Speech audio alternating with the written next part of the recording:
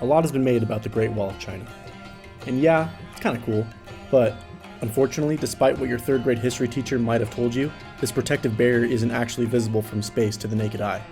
But just 1,200 miles southwest of the wall lies another protective barrier that is visible from space. The India-Pakistani line of control, and it's one of the most dangerous places in the world.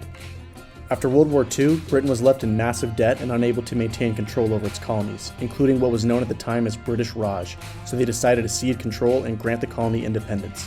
The British tasked Cyril Radcliffe, a British lawyer who had never been to India, to draw the borders of these two new countries, a Hindu-majority India and a Muslim-majority Pakistan. He arrived just a month before the British were set to leave India. Damn bro, I thought I was a bad procrastinator. 2 days after independence was officially granted, the British released the new borders to the public like a Hail Mary buzzer beater. 14 million Sikhs, Muslims, and Hindus then began moving to what was now their designated new country, and more than 1 million people died in this mass migration that became known as the Partition. However, the Hindu monarch of the Muslim-majority Kashmir region didn't commit to joining either Pakistan or India. Intense fighting broke out, and soldiers from both countries were sent to solidify their control over the region.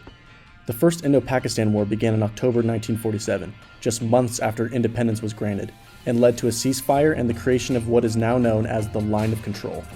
This line has remained mostly the same since then, despite additional wars and battles fought between the two countries in this region. Fast forward nearly 80 years later, and this line, easily distinguishable from space, has become one of the most identifiable and militarized borders in the world and has fueled conflict between the two regional superpowers.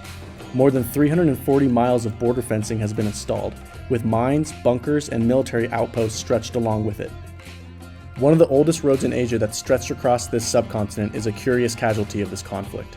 Every day, thousands of Indians and Pakistanis gather on the border to watch a dance-off between soldiers of the two countries.